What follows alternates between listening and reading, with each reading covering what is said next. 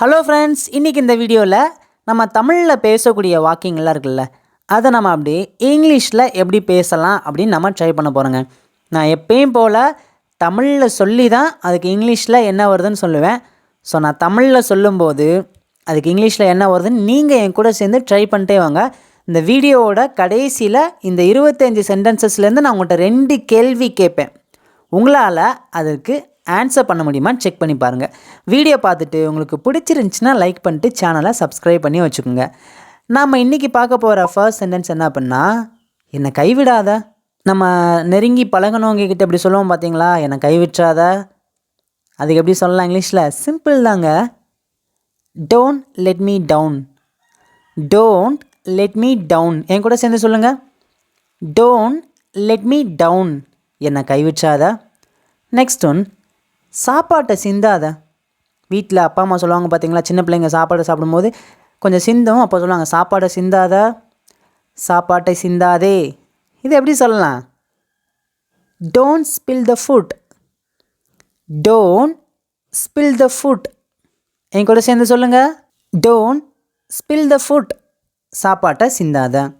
Next one, வேறு ஏதாவது இருக்கா? வேறு ஏதாவது இருக்கா கேட்போம் பார்த்தீங்களா. ரொம்ப நேரம் பேசிகிட்டே இருப்போம். கரெக்டாக பேசி முடிக்கும் போது இன்னும் கொஞ்சம் பேசணும் அப்படிங்கிறதுக்காக வேறு ஏதாவது இருக்கா கேட்போம் பார்த்தீங்களா. நல்லா ஞாபகம் இருக்கா? இதை எப்படி கேட்கலாம் இங்கிலீஷில்? Anything else. Anything else. என் கூட சேர்ந்து சொல்லுங்கள். Anything else. வேறு ஏதாவது இருக்கா?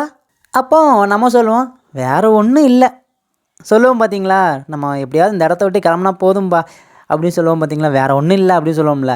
அதுக்கு எப்படி சொல்லலாம் அப்படின்னா, சிம்பிள் தாங்க. Nothing else. Nothing else. நத்திங்னா ஒன்றும் இல்லை, எல்ஸ் அப்படின்னா வேறு. வேறு ஒன்றும் இல்லை அப்படிங்கிறதுக்கு nothing else. Nothing else. Next sentence, எனக்கு சத்தியம் பண்ணு. எனக்கு சத்தியம் பண்ணு. சின்ன வயசில் நிறைய தடவை நம்ம ப்ராமிஸ் கேட்டிருப்போம். ஃப்ரெண்ட்ஸ்கிட்டயோ ஃபேமிலிக்கிட்டேயோ அல்லது ரொம்ப நெருங்கி பழகினவங்கக்கிட்டேயோ சத்தியம் பண்ணுன்னு சொல்லி கேட்டிருப்போம் பார்த்தீங்களா. அதுக்கு எப்படி சொல்லலாம் இங்கிலீஷில்? Promise me. Promise me. ப்ராமிஸ்னா சத்தியம், மீனா எனக்கு.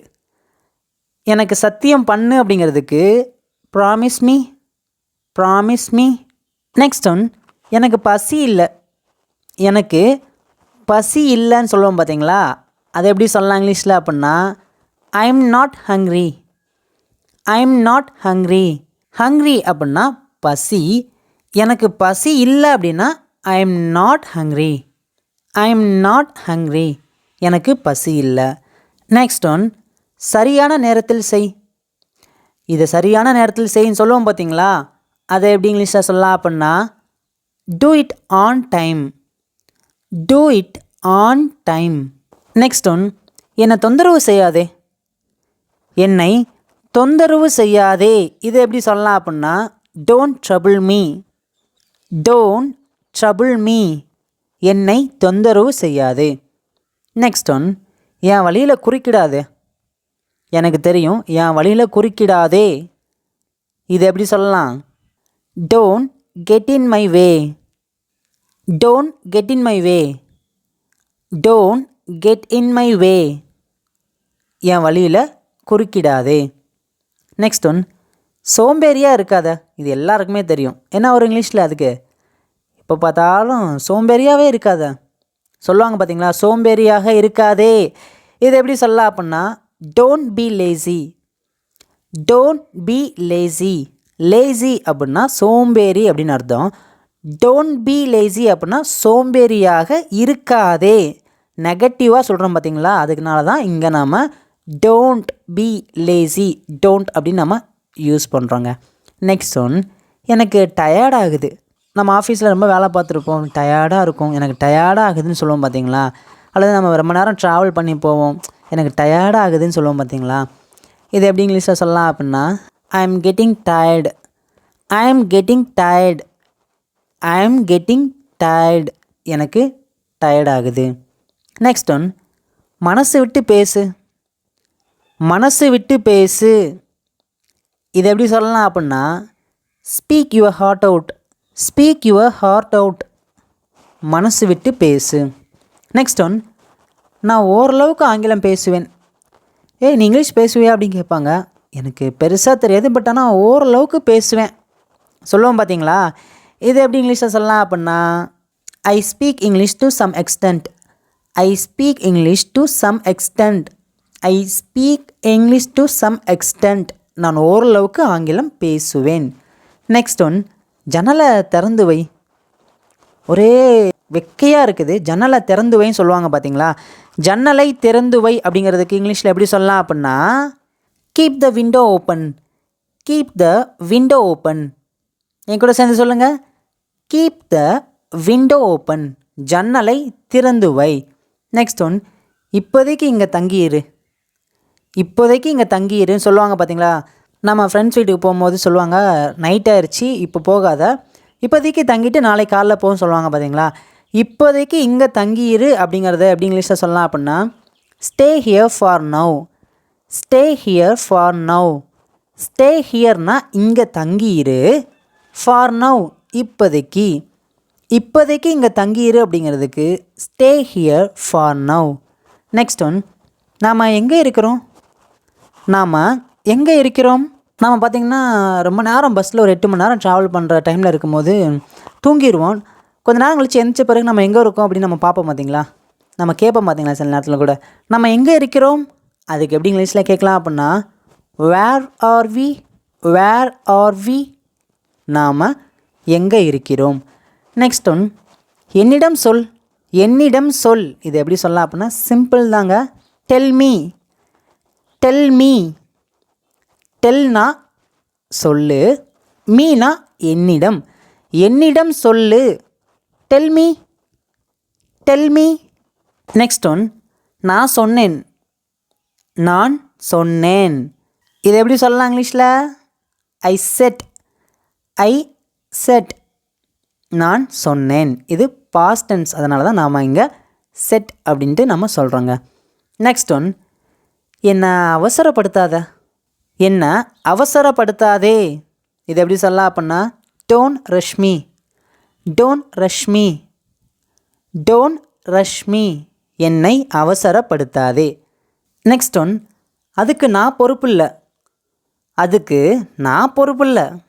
இது எப்படி சொல்லலாம் அப்படின்னா, I am not responsible for that. I am not responsible for that.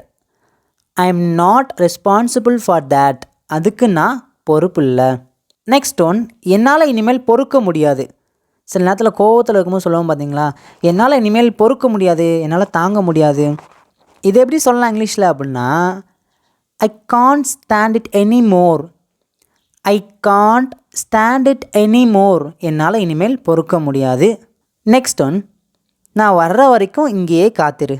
எங்கேயும் போயிடாத, நான் ஒரு 10 நிமிஷத்தில் வந்துடுவேன், நான் வர்ற வரைக்கும் இங்கேயே வெயிட் பண்ணு, காத்திருன்னு சொல்லுவோம் பார்த்தீங்களா. அதுக்கு எப்படி சொல்லலாம் அப்படின்னா, wait here until I come.